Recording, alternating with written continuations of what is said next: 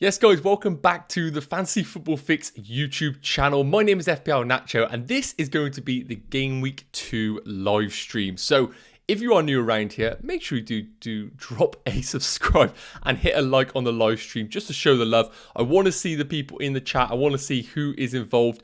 Have you got your plans locked in already for Game Week 2? Or are you in this live stream for a little bit of advice?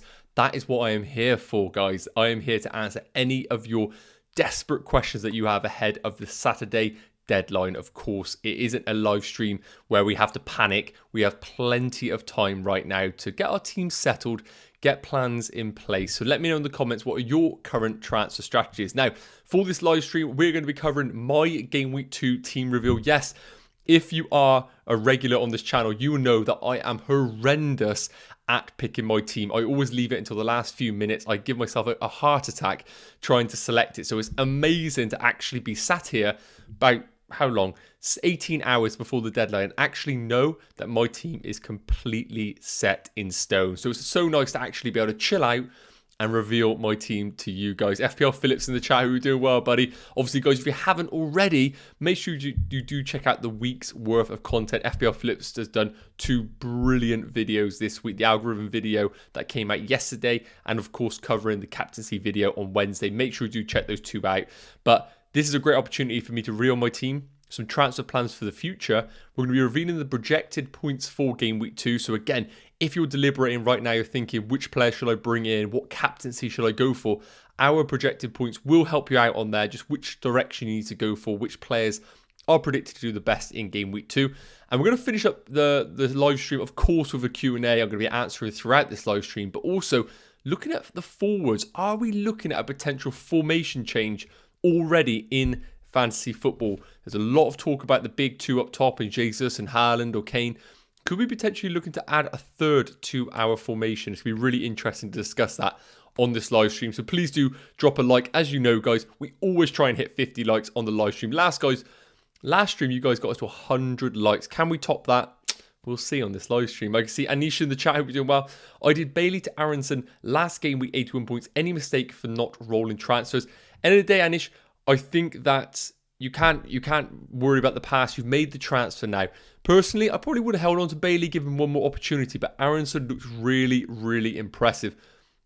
And Aronson was a perfect example of really passing the eye test, but not necessarily on the underlying stats. We saw with the own goal for Nori, basically was Aronson's goal, but it didn't register on the underlying stats.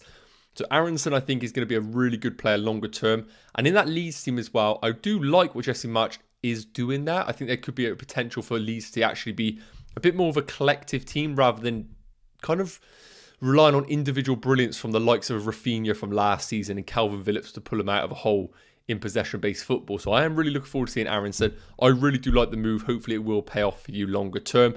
And I see we got Shinath. Apologies if I pronounced that wrong.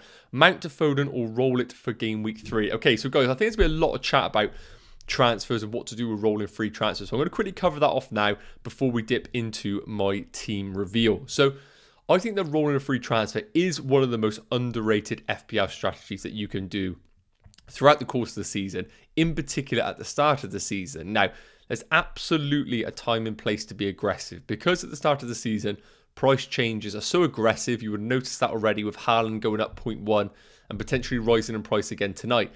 I think there definitely is a place to be aggressive with your transfers. However, I really do think that when we do pick our teams in Game Week 1, that's the hardest time to select your squad because we have no information about teams or how teams are going to hit the ground running. So having 2 free transfers available to you gives you so much flexibility in your squad to just allocate other parts of your team to strengthen. So for example, Mount to Foden, I think in Game Week 2 is going to pay dividends. I don't see necessarily Mount getting a decent return against Spurs.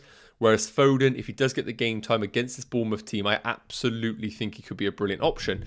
But you need to look at your general squad as a whole and say to yourself, would 2 free transfers in Game Week 3 provide better opportunity for me to go in the direction that I want to longer term? Now, if Foden is part of your long-term plans and you see him as a 5-game week hold until you wildcard, then yes, I do think the transfer is going to be worthwhile you doing because you're not just focusing on Game Week 2 in isolation, you're looking at it as a longer-term move. But if you are just looking at 1 game week, I would question maybe rolling the free transfer and looking at developing your squad over the longer term. And Wayne saying debating on rolling or Foden in for Kulusevski.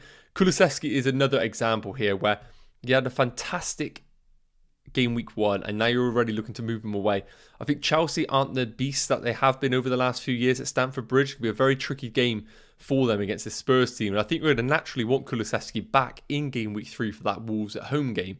So for me, while it is super appealing to go for the midfielders at Man City, in particular Foden, I would argue that holding Kulusevski longer term is probably going to be the better move for your team. But again, you need to have a longer term hat on, because in game week 2 in isolation, I would expect Foden to outscore Kulusevski in that game week. So guys, keep dropping the comments in the chat. I'll be answering them throughout the live stream. But now we're going to quickly check out my game week 2 team reveal.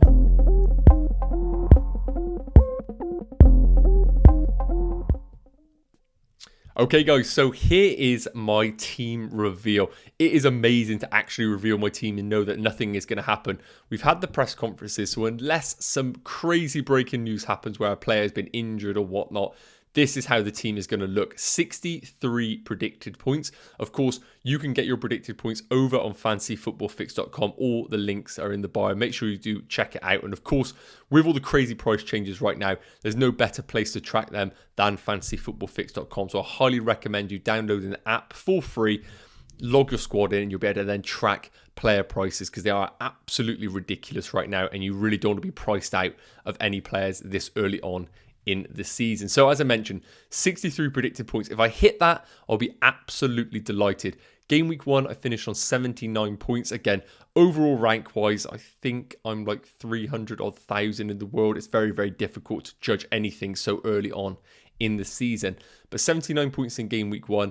If I get anywhere around 60 predicted points, I'll be absolutely delighted. So really, I think the team picks itself. Again, guys, let me know in the chat if you think any benching headaches I have here. Now, I do think there is an argument potentially to have Andreas start over the likes of maybe Reece James. But I personally think that when you own a premium asset like Reece James, I just think that starting him is probably the best move for your teams. I think you're really going to kick yourself, in particular someone like Reece James, who is on set piece responsibilities, for you to bench him, because there is so many different avenues for points. Now, there's a lot of discussion right now about Reece James and his potential positioning in this Spurs game on the weekend. And I do agree with the narrative of him playing as a right centre-back. Now, a lot of talk about whether this is going to hinder him as an FPL asset in the longer term. And I personally don't think it is enough for us to worry about. I think there's always going to be particular games where Reece James is highlighted as a right-sided centre-back to counter certain players. And that is going to be the scenario with Spurs' Son. I think naturally, because of his pace, playing someone like Azpilicueta at right centre-back is going to be a bit of a mismatch and an opportunity for Spurs to really double down on that left flank. So I think playing Reece James as a right centre-back is going to negate that problem a little bit for Chelsea. Is that an issue for FPL? Absolutely not. I see that as a perfect opportunity to know that Reece James' minutes are locked in this Chelsea team. And I still think he is the number one right wing back in the team. Just for this game week, you might have to be worried that, yes, he isn't going to get into the attacking positions that we are expecting him to get into. But is that enough of a reason for me to start Andreas Pereira over him? Not for me personally. Again, guys, let me know in the chat if you have that sort of deliberation right now. Which one are you siding for? Or is there another one that you're thinking about? Maybe Trippier, who you're considering benching. Personally, I just don't see that. So, as I mentioned, not too much to talk about my team, guys. It's worth noting I don't have it on the screen. I have 0.5 million in the bank. So while it's a little bit boring right now in game week 2, I am rolling my free transfer. I'm more than happy to do that. I think the 0.5 million in the bank that I have going into game week 3, now that I'm looking a bit longer term, has kind of solidified my idea of why having a bit of money in the bank is a good option. Now, with my team right now, I am more than happy to roll with this team, but I always pinpointed Trippier to be sold in game week 3, as Newcastle's fixtures are the worst of any team over the next 5 game weeks, from game weeks 3 to game week 6 or 7, I believe. So it is worth noting that if you are a Trippier owner right now. And for me, having 0.5 million in the bank gives me the opportunity to upgrade Trippier to a Spurs defender, which I really do think are going to be the value picks in FPL going forward. So hopefully by game week 3, we can see Perisic emerge as the number 1 left wing back in that Spurs team. And an easy sideways move for me with one of my free transfers is going to be Trippier to Perisic to really counteract on both the potential that he has and the long-term great fixtures that Spurs pose. So I'm really looking forward to what Game Week 3 has. For Game Week 2, a little bit boring for me, but again, let me know in the chat, guys, what your thoughts are on your transfer strategy. And do you have a team similar to myself? Because if you do, you're looking at around 60 predicted points, which would be a fantastic game week. So some other talking points about my team before we dip into the projected points. Captaincy, first and foremost. Now, we are all really pulling our hair out about which captaincy to go for, Salah or Haaland. Again, if you are going for someone outside of Salah or Haaland, you need to let me know in the chat, guys, because I'll be so interested to know who that player is. Now, I currently have it on Haaland, and you're going to see in the projected points in a bit why I am favouring him. Now, of course, with a midfielder, you get an additional point for clean sheets, and you get an additional point for goals. So with Mo Salah being on penalties as well, it does look like he should be much more in the conversation than he is in my own personal mindset. But what I saw against West Ham with Haaland, the way that Man City filter all attacks through him, I'm so excited to see what he potentially could have against this Bournemouth team. Now, one thing I would say about Haaland, I can foresee a potential 70-minute substitution once again. If the game does become quite easy for Man City that we are anticipating right now against Bournemouth, and they go 2-3-0 up, 70 minutes might be a great opportunity for Pep to give Haaland that natural rest as he's being introduced into the Premier League, and give the new signings at Alvarez a bit more game time as a centre forward in the Man City team, because there are going to be times once the cup games roll around, like Champions League, where he's going to have to fall back on other players, not just Haaland in this system. So that's one thing I want to say to those managers that are debating Haaland as captaincy. Just be cautious that he might come off if the game is wrapped up.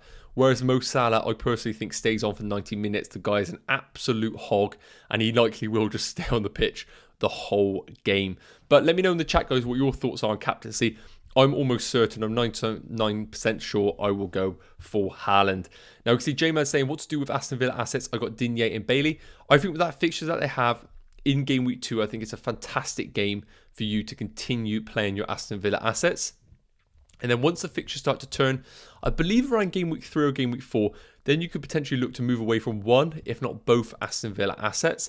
But it's going to be really interesting to see how Bailey does this week, because naturally, a lot of people piled into him in Game Week 1. Can he return the trust that managers gave him? I certainly hope so this game week. Anish, love my team. Thank you very much. Popey, did you consider starting Andreas for Trippier? Yes. So that is a consideration that I definitely have had. I was impressed with Andreas Pereira's positioning in Game Week 1 against Liverpool. Again, that one was a little bit of an anomaly. First game back at Craven Cottage this season. Of course, against a Liverpool team which they had to be up for, otherwise they were going to get absolutely battered. So I almost want to give Game Week 2 an opportunity to see what Andreas Pereira does operate in this Fulham team, whether he does get as close to Mitrovic as he was doing in Game Week 1. But for me, because I brought in Trippier for 2 game weeks, I feel like I'm, being a bit against my own strategy if I bench Trippier. I think he's got fantastic potential for attacking returns on set pieces and outfield play. And I also really rate Newcastle's defence as a whole. So based on that, although Brighton had a fantastic result against Man United, I'm currently favouring Trippier over Andreas Pereira. But I do think there is 100% an argument to start Andreas Pereira over Trippier. I just think for me, I'm being a little bit stubborn because I knew I was bringing in Trippier just for 2 game weeks, and I want to honour those 2 game weeks. I feel like I owe it to Trippier, especially off the back of that bonus point and 7-point haul in Game Week 1. Wayne saying, definitely starting with James over Andreas. Yes, I think that is definitely the route that I'm going for right now. As I said, I just don't like benching premium defenders. And Dylan saying, Salah or De Bruyne captaincy, I have both, but no Haaland. Okay, so Dylan, stick around for a few more minutes. We're going to be looking at the projected points for both of those players, so you can definitely check out what we are dealing with in terms of points returns this week. And another question, when is it too early to wildcard? Okay, so wildcard is completely team dependent. Unfortunately, I can't really sit here and say exactly when every single FPL manager should play their wildcard. Now, naturally, playing your wildcard in the international break is quite a common strategy. Now, a bit of an FPL myth is that tons and tons and tons of FPL price changes happen over the international break. That is sometimes true, sometimes not. I would say it's a lot more quieter than a lot of people make out. It isn't crazy over the international break to the extent where you have to wildcard. Now, the international break this season is between game weeks 8 and game weeks 9. And I think if you did go for the template team and it continues to perform, I look at my team right now and I think, well, Ramsdale, Cancelo, Trent, James, Salah, Martinelli, Jesus, Haaland, I see no chance of me selling them any time before game week 8 when that international break rolls round. So naturally, I do think to myself, okay, maybe a wildcard in game week 8 is the logical move. It gives us the international break to deal with any injuries that potentially happen over that 2-week period. Any of those potential FPL price changes, as I mentioned, they're very, very few and far between sometimes. But yes, I do think there is a case for that one.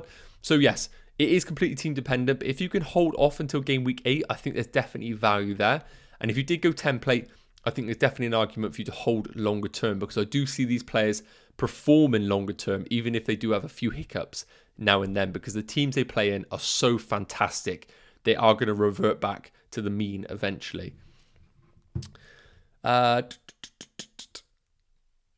Should I sell Haaland or Kane for Darwin? Okay, so another really interesting point here. And I think Darwin's somebody that's really caught our attention off the back of game week 1.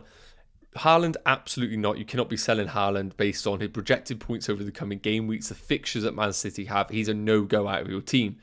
Now, Kane to Darwin is a potential consideration for you. One thing I would argue is the game time of Darwin in game week 2 could be still a little bit of a question mark. Whereas Harry Kane, we know, is getting guaranteed game time in that Spurs team. And remember, we need to look a bit longer term in terms of our ownership for players. While game week 2 is tricky for Harry Kane against Chelsea, game weeks 3, 4, 5 are still decent for Spurs. So you need to look a bit more of a longer horizon than game week 2 in isolation. Now, the one thing that Darwin transfer does do is it opens up more budget for your squad. That being said, if you don't have 2 free transfers, which you naturally won't have right now, you have to incur a points hit to really make use of that money in the bank. Therefore, I think holding Kane for one more game week in particular is probably the move that I would go for, and have 2 free transfers in the bank. If you see Darwin really perform against Crystal Palace, then we can look to pile in on him on game week 3. Again, I don't want to be the one that tells you not to go there. If your gut is telling you to go there, absolutely trust that gut of yours. The underlying stats are decent for Darwin, even though it is such a short-term perspective. Again, guys, you can check out your projected points over on fantasyfootballfix.com. You can upload your squad and check them out on there. All the links are in the bio. And if you are enjoying the stream, please do drop a like. As always, we try and get 50 likes. You guys have never, ever let me down.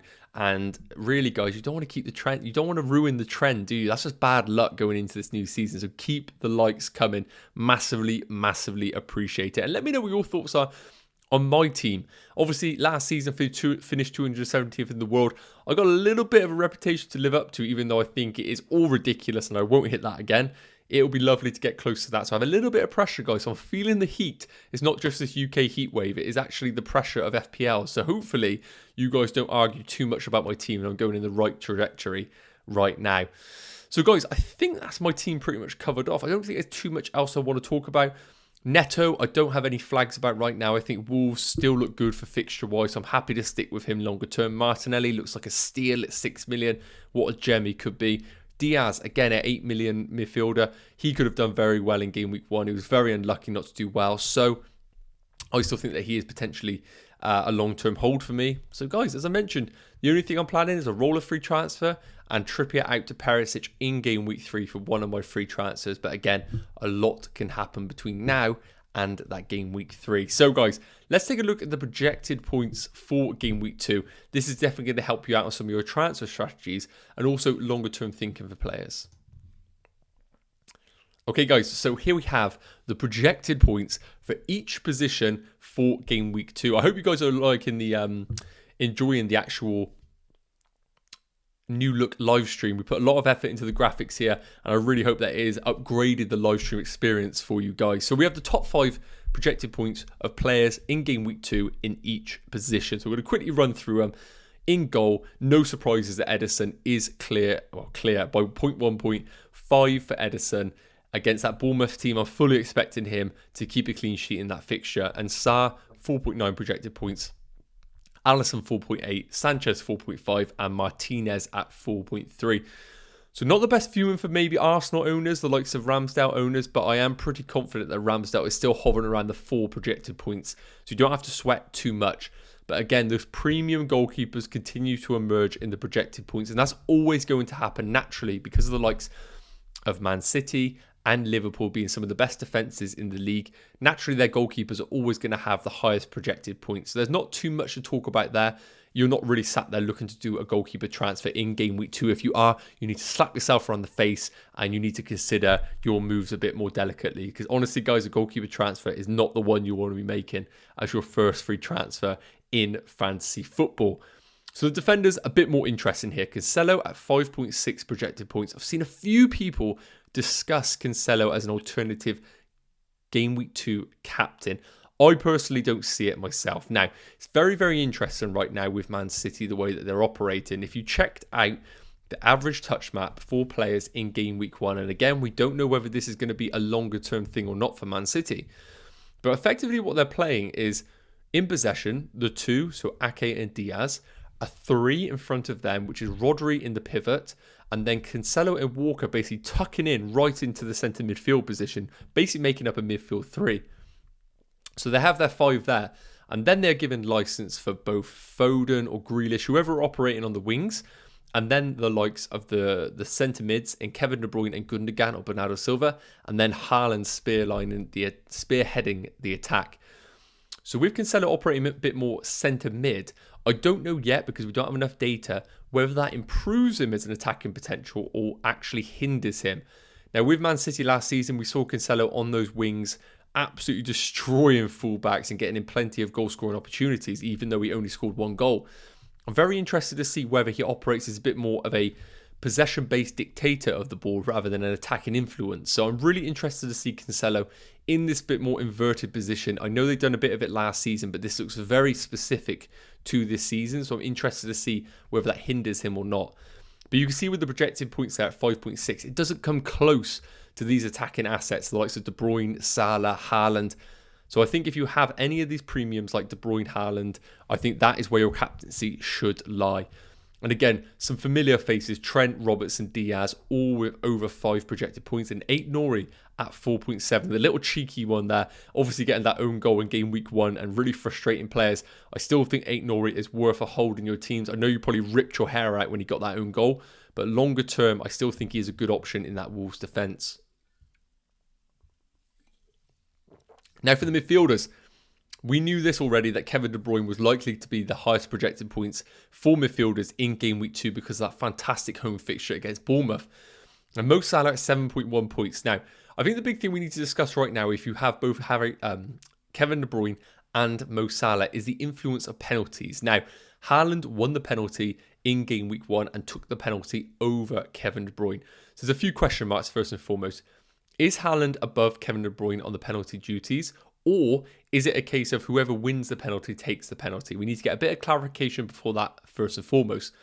If the former is true and Haaland is taking all penalties, then that naturally makes him less of an attractive asset, because with someone like Mo Salah, the greedy man that we know, if they get a penalty, he is absolutely taking it. So something just to consider when you are considering captaincy. The penalties may have been taken away from Kevin De Bruyne, which is going to hinder him a little bit more as an FPL option, but doesn't mean his projected points aren't worth considering. Now, Bowen at 5.7 million.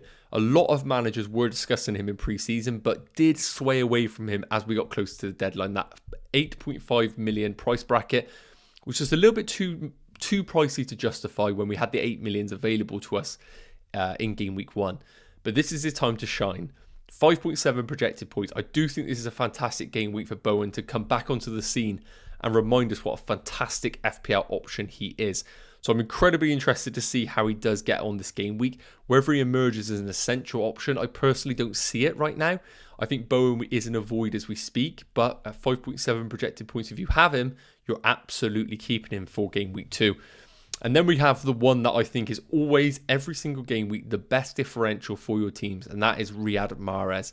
Now again, Pep Guardiola, such a typical manager of wanting to get consistency in his team, and I do think he will try and roll out a pretty similar team to what he had in game week 1. I don't see the benefit of him already rotating positions in his team. So based on that, I would anticipate both Grealish and Foden to be those wingers in that Man City formation. And because of that, I think Mahrez is still an avoid, even though his projected points continue to be fantastic. And Luis Diaz, 8.9 projected points there. Again, unlucky to not score in game week 1, and I still think he's a fantastic 8 million option. Now, Haaland absolutely dominating in the forward department for projected points. 8.1 projected points is ridiculous. Now, a lot of discussions right now about, do I captain Haaland or do I captain Salah? Well, you can see right now, based on our projected points, Haaland is the standout option. As I mentioned, he has penalties now unless Mahrez takes him away from him. So I do think he's still a fantastic option and is currently my number 1 option and my locked-in captain for game week 2. But let me know in the chat, guys, who is your captain for game week 2? Based on the projected points, Haaland is the one. Then we have Jesus, Vardy, Antonio, and Tony followed after that. But again, a massive drop-off in the projected points for those selected forwards. Okay, guys, let me dip back into the comments and then we'll be talking forwards. All good thing forwards. And also, guys, let me know where you are tuning in from. If you are from the UK, in particular England, wow, how hot is it right now? I'm currently in a tiny little room sweating. So I hope you're enjoying this live stream because I'm definitely taking a battering for it. Right. Thoughts on Lanzini from Hamza? No, not for me. The game time is too restricted right now. Ronan, do you think Kane owners should roll their transfer irrespective of the price rise? Okay, so naturally, with Haaland rising in price, if you have no money in the bank, you can't make that move. So that move is out of the equation. And I don't see any other alternative for Harry Kane. Yes, Darwin is very attractive. But I personally think if you have Harry Kane, you can't get to Haaland, you just roll your free transfer and have greater flexibility in game week 3. Neto or Gross? I still fancy Neto. Gross posted some decent underlying stats, but historically not the greatest FPL option. Neto with the fixtures coming up for Wolves, I really do like. Again, an injury hit season, so we have very little to judge off Neto. But for me, Neto would be the one right now. And Tyler's saying, shall I bench James versus Spurs or Johnny versus Fulham? That's a really interesting discussion right now. Johnny, I don't actually know about the game time in game week 1. So if anybody does know that information, please do post it in the chat. But again, it all comes back to this. I personally find it very, very difficult to bench a premium player in any position. And that goes for Reece James. Now, do I expect Wolves to have a better potential of keeping a clean sheet than Chelsea? I would argue yes. And is Johnny an attacking fullback? Yes, he is. So I think on that basis, if you were looking at it from that perspective, you would bench Reece James. But I just think ownership in that Chelsea defence is always good value. We know Reece James takes set pieces, and we know if Chelsea are chasing the game, he likely will get deployed as a right wing back, whereas I'm anticipating to start as a right centre back. So based on that, logically and probably projected points wise, Johnny is higher above James, but for me, I just can't bring myself to bench a premium asset like Reece James. GV saying, great team, Nacho. Nothing to be concerned. Thank you very much, buddy. Yeah, I'm happy with the team right now. James is saying, if you had Haaland and Kevin De Bruyne, who would you captain? Well, based on the projected points, I would go for Haaland. And not just because of that. Penalties we know are likely in Haaland's favour now. So Haaland because of that thing. And also the way that the team is structured right now. I just think Haaland's going to be getting so much potential that... so much opportunity for goal scoring opportunities that I just think favouring Haaland is the route that I would go for. Tyler saying, the only thing about Neto is Guedes coming in could make him get limited minutes. Yes, again, I don't think we need to read too much into it right now. He actually needs to get integrated in with the team. So we don't really know how that is going to actually impact Neto's minutes. So because of that, I think Neto continues to be a good option that you hold longer term until we get an understanding on what the actual impact is on Neto. And Tom's saying that Johnny played 90 minutes last game week. So that is worth considering there. Again, I don't have the projected points for both Johnny and James. But my personal thing is I probably would say Johnny is the better option. But I just don't like to bench of premium players personally. And Tharagrit is saying Diaz or Foden. Well, based on our projected points here, Diaz is projected to score higher points. So based on that, I would say Diaz. And Walker instead of Trippier. If you own Walker and Trippier, I would absolutely start Walker ahead of Trippier. If you're looking to buy one, I would buy Walker. And if I was in a position where I had Trippier and was I going to buy Walker, I would roll the free transfer. Hopefully I've covered all the bases there. Hopefully that has covered a little bit of it. I'm a Trippier owner right now, and I value the free transfer more, having 2 of them in game week 3, than making a single transfer to bring in Kyle Walker into my team, chasing that Man City clean sheet. While I do think they will get that clean sheet, I just think it's a bit more potential having your free transfer rolled into the following game week. And Logan said Haaland or Mo. Hopefully those projected points have helped you out on the screen there, buddy. Right, guys, so that is the projected points for players there. Make sure you do rewind it if you want to come back to it and check it out. But to summarise, captaincy is all about Haaland or Salah or Kevin De Bruyne, but Haaland is a standout option right now. I think Salah remains my second best, even though that is contradictory to the projected points, just because I know Salah is guaranteed penalties in that fixture against Crystal Palace.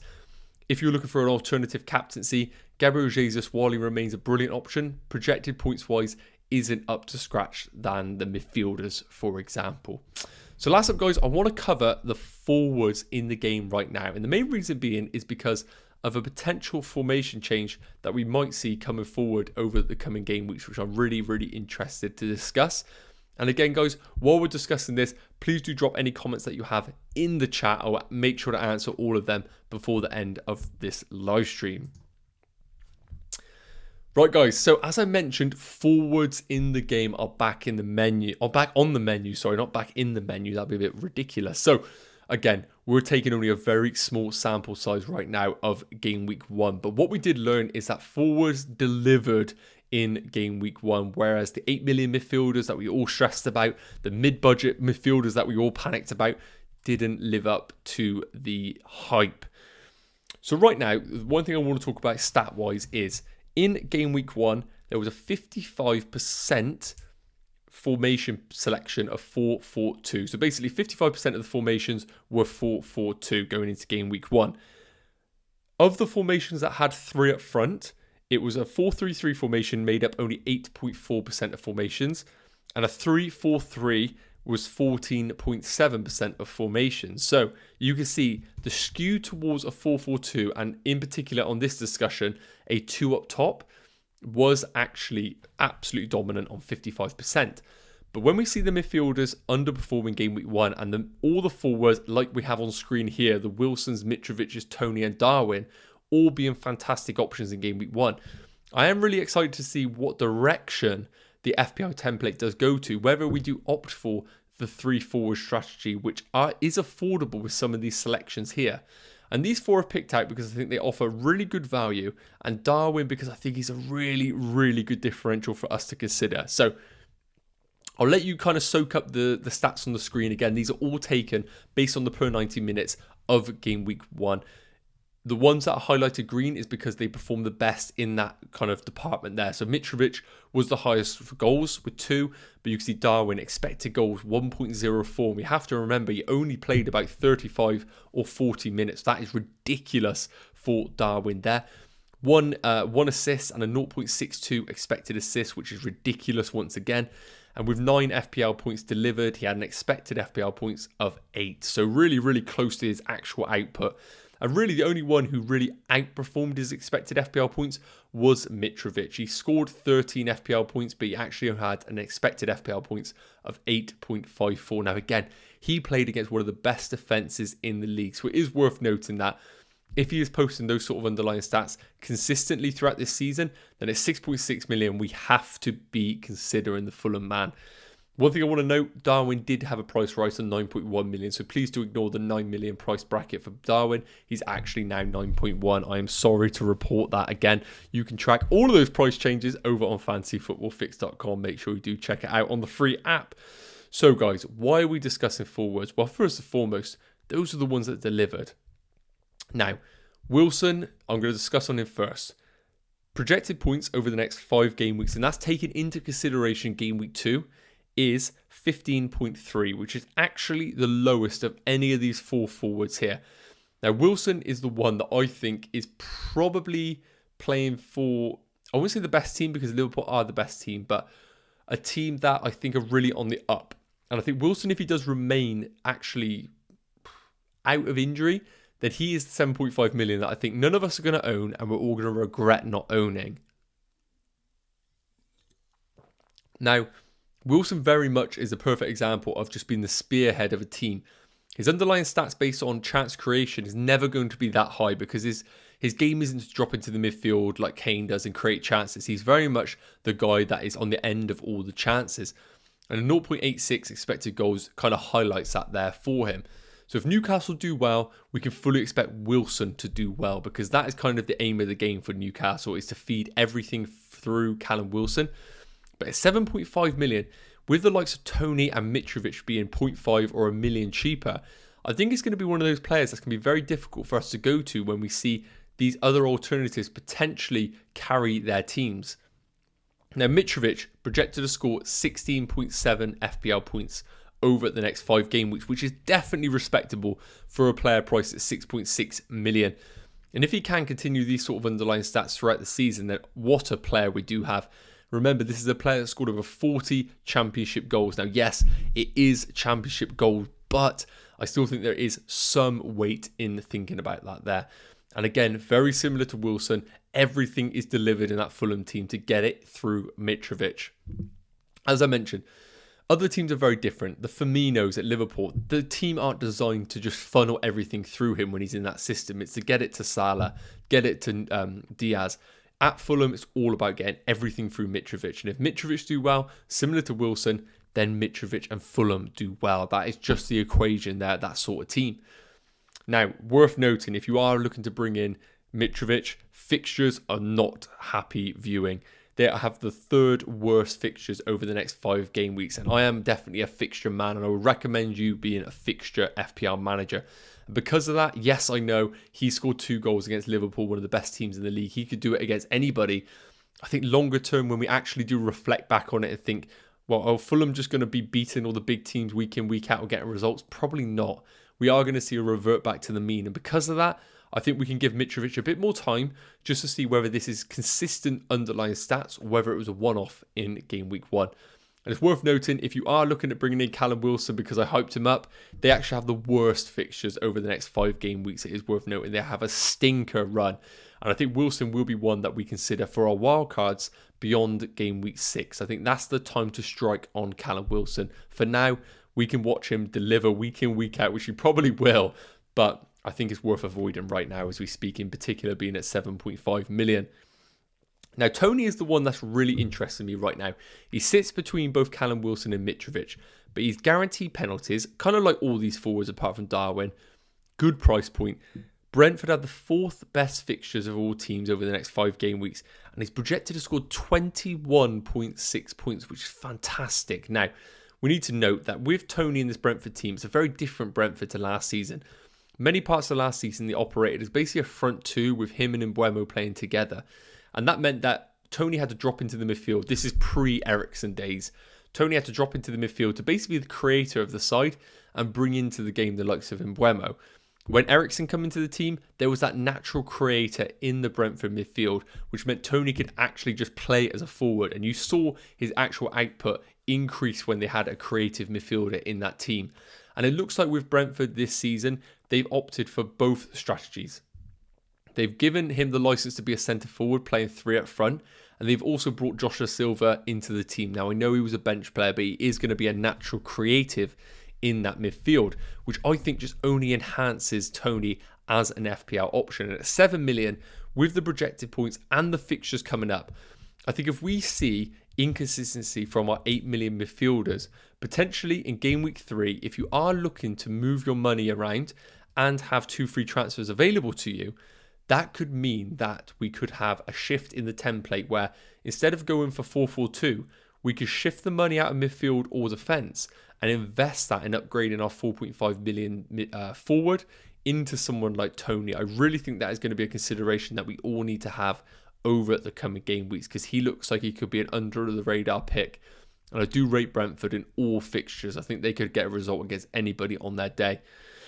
Now, last up, Darwin. Slight anomaly here because he is so much more expensive than Wilson, than Mitrovic, than Tony.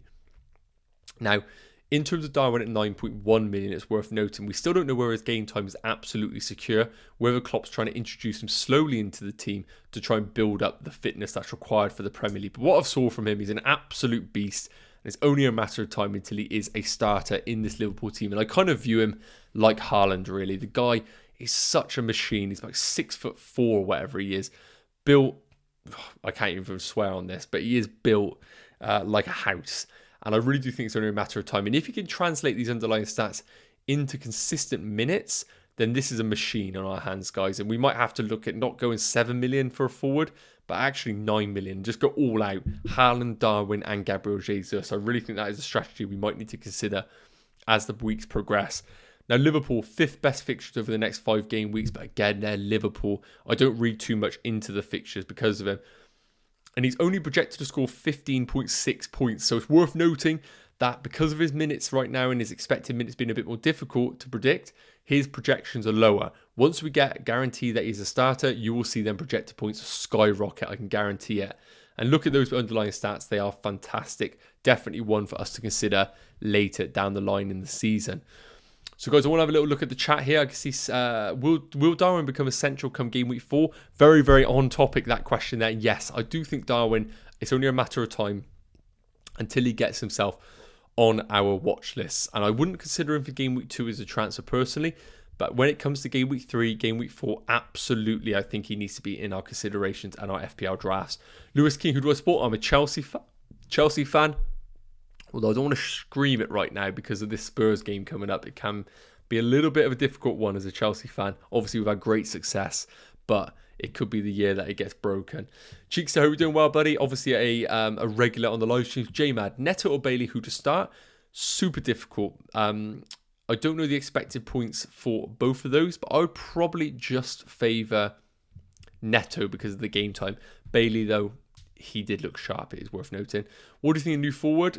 At Wolves, give it time. Don't think you need to panic about either buying him or Neto's minutes right now. Tony, hopefully we'll cover that off for you, buddy. And saying about 46 goals last season with Mitrovic, not 40. Absolutely ridiculous. Okay, Com saying 43. Yeah, absolutely ridiculous. We've also got to think about Damsgaard is going to be the starter, not De Silva. So very interesting there to see whether he can have the same sort of impact that Eriksen did have in their season last year. I'm very, very interested to see whether that happens. And again, guys, we got 34 likes on the live stream. We got to get 50. We're going to go for another 10 minutes or so. You guys got to hit 50. I see there's 60 plus of you in the chat. You guys, please do hook up the channel. Make sure you are getting a like on the live stream. And of course, if you are new around here, do drop a subscribe because we are dropping daily content, which hopefully will help you to your best ever FPL season. Com saying, will the new Brentford player Damsgaard affect De Silva's minutes? Yes, I do think it's naturally going to have an impact on De Silva. I still think at 4.5 million, Andres Pereira is the go-to midfielder. He had a fantastic game, De Silva, in those 40 minutes that he played, 35 obviously picking up a goal. Is that enough for him to start this game week? I think the uncertainty there is enough of a reason for us not to consider him as an FPL option right now, in particular with their new signing. I think that is going to hinder his minutes significantly. GV saying, what about Welbeck, as Brighton would get inside the top 10? Yes, Welbeck, what a player he is on his day. It's very, very difficult for us to consider Welbeck because of the history of injuries that he has had. Now, Welbeck, if he produces the performances like he did against Man United, and it's worth noting, if Brighton can actually deliver those performances consistently, then we have a fantastic option on our hands at 6.5 million.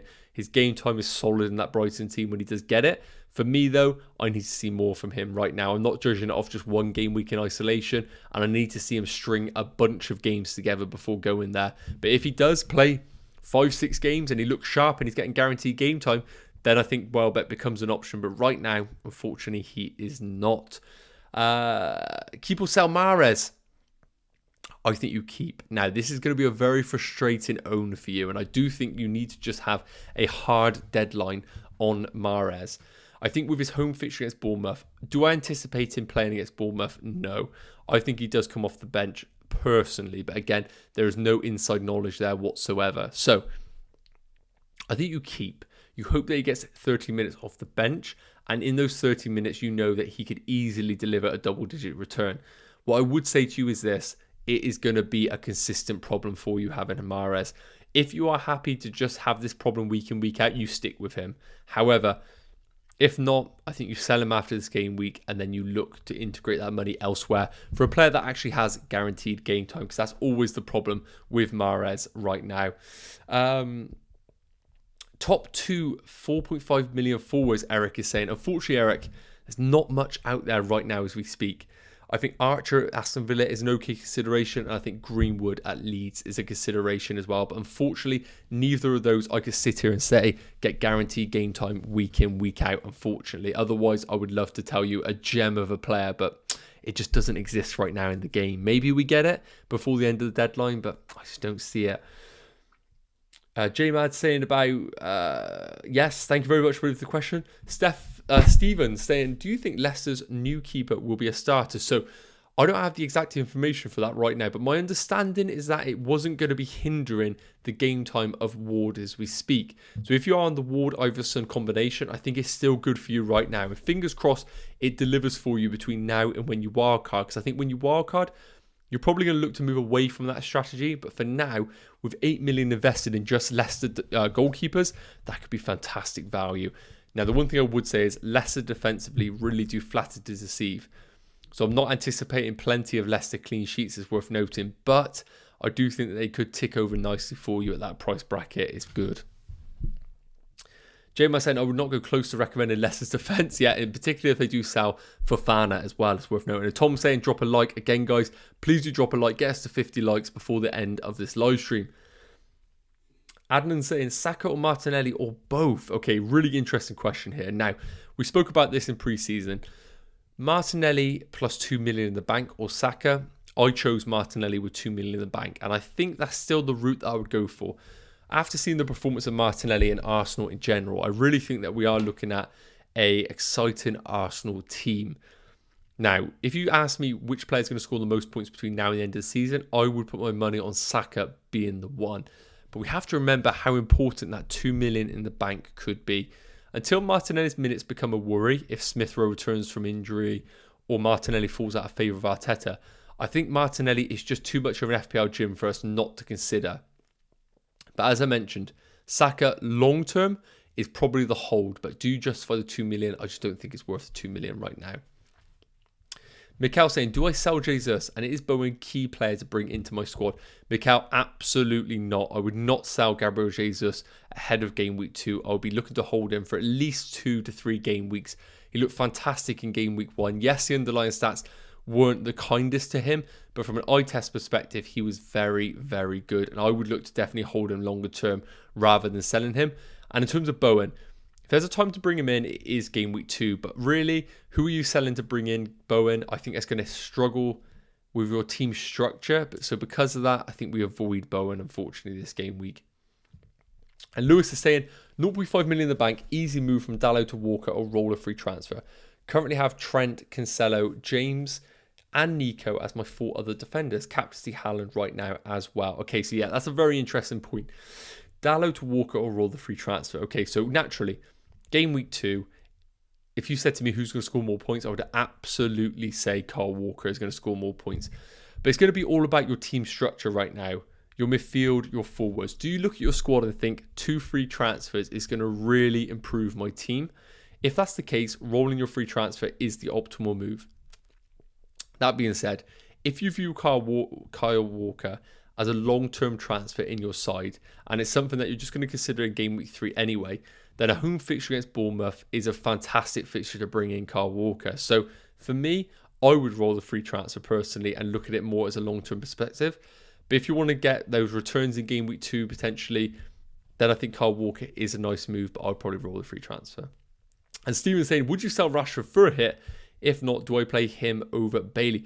I would not be looking to sell Rashford for a hit, personally. I don't think it's the time to make hits. In particular, Rashford, I think he looked lively in game week 1, even though he didn't necessarily perform from an actual FPL output perspective. I would look to keep Rashford. I would not look to sell him. If not, do I play him over Bailey? I probably still would play Rashford over Bailey just because I think his minutes are a bit more guaranteed. I would question though, could you fit Bailey in as well? What is the rest of your team looking like? Could you get Bailey and Rashford into that starting 11? So guys, I think that's wrapping up the questions there. Again, we haven't hit the 50 likes. I'm going to give it a few minutes. Please do drop any questions. If you're in the chat right now and you're watching, this is the time to put your questions in the chat because we are going to be wrapping up the live stream in the next few minutes. So if you haven't liked already, please do drop a like. And if you haven't put your question into the chat, this is the time to do so. just a recap from my team, guys. I'll put it on screen now so you can see it here. This is my current team for game week 2. Free transfer is going to be rolled, so I'm going to look to have 2 free transfers going into game week 3. My captaincy is on Man City's Haaland. I've chose him over Mo Salah. Yes, I think Mo Salah is a fantastic captaincy option, absolutely. But Haaland for me just screams a Haaland, some may say. Cobb saying, come on, people, 8 more likes to 50 likes. Yes, you tell him there, buddy. Lewis saying, thanks for the answer, no worries at all. Adnan saying, thoughts on Chilwell. Okay, so Chilwell is a difficult one right now. My reading of the game in game week 1 is that he's still not completely match fit, but Tuchel had to play him because of the situation with Alonso. If I had him, I would probably play him and hope for the best. If you're looking to buy him, he's not a buy. He is absolutely not a buy. In particular with Cucurella right now. Naturally, if Chilwell's minutes are a little bit of a risk, we have someone like Cucurella who can come in at left wing back and then be a natural replacement. So that's my thoughts on Cucurella right now. Steven saying, can't fit Bailey in as I have Kane, Jesus and Nunez up front. What an unbelievable team that is. Okay, so if you have Rashford, I think you start him. I don't think you can bench him over Bailey. So based on that, I would bench Bailey, but unfortunately, this is the sort of situation that could bite you in the butt because I can foresee a situation where both Bailey and Rashford score. So based on that, I think you just got to go with your gut there. For me, I would start Rashford. Joe, what's your favourite 6 million midfielder other than Martinelli? Bruno Guimaraes could be a fantastic option, but I just need to see where he operates in that Newcastle midfield. Outside of that, I don't really know exactly what the other alternatives are off the top of my mind. You can come down to someone like Dewsbury Hall that a lot of people have been discussing right now. It's worth noting, but I just don't really see the long-term returns for him. Every time he does score, it's from very low expected goals. And for me, that doesn't scream longevity in the FPL returns. Now, I'm just getting it up on screen for myself right now so I can read through some of the midfielders that are 6 million and less. So give me 2 seconds. I do apologise. I know that Gross and Neto are all options, but I don't want you guys to be thinking such short-term based on game week 1 in isolation. So we have Buendia, no. Jorginho, no. Pulisic, no. Rodrigo at Leeds could be an interesting one, but I'm still a little bit dubious about his minutes in that team. Harrison, yes, could be a fantastic differential, but again, is Harrison going to get that guaranteed game time once their new signing is integrated into the team? Question marks there. Lingard, no, that's an avoid right now. Bruno, yes, I think he is an option, and Cornet could emerge an option at West Ham, but for now he isn't. So yes, otherwise I think you come down into the 5 millions, you come down to the Netos at 5.5 or the Baileys at 5 million.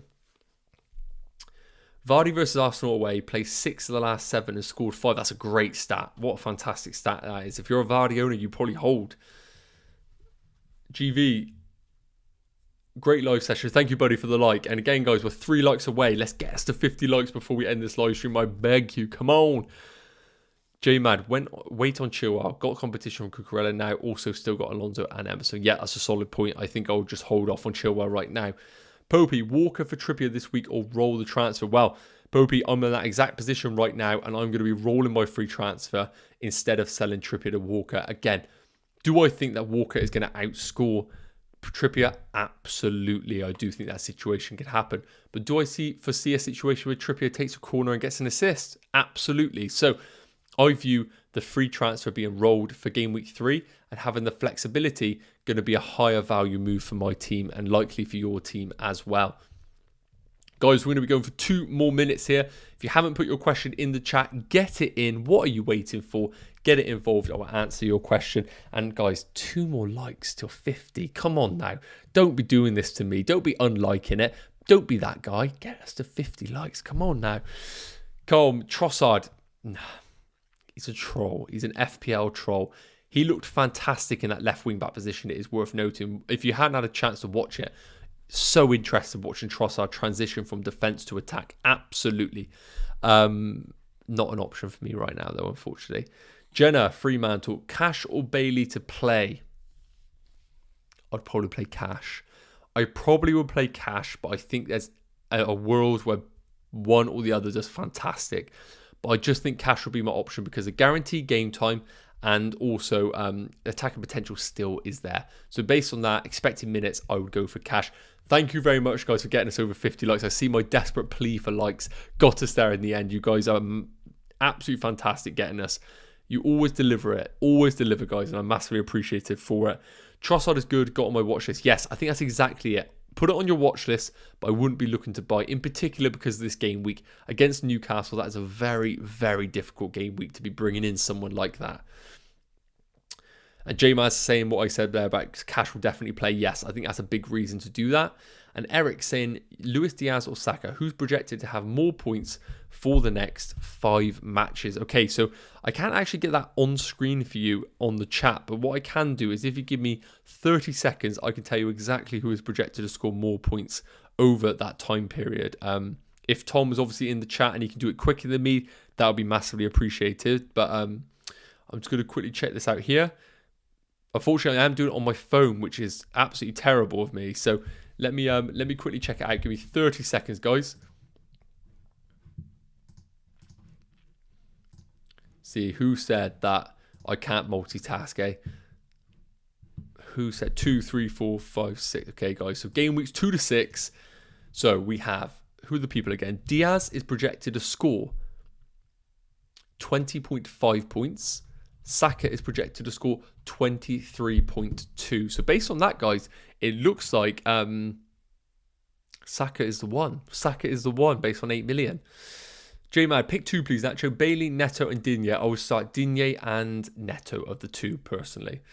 Calm, great stream, Nacho. Thank you very much. J-Mad, you are so amazing, FPL Nacho. Thank you very much. And I think that's probably a great time to wrap it up, guys. We've been going for about an hour. Again, this isn't a deadline live stream. That's why I'm not sweating profusely because of the deadline looming upon us. So hopefully you guys have enjoyed this live stream. Again, if you are new around here, please do drop a like on the live stream, and importantly, hit that subscribe button. We're putting some great content out this season. We're really happy with what we're putting out. We've got the new graphics, we've got the new videos going out.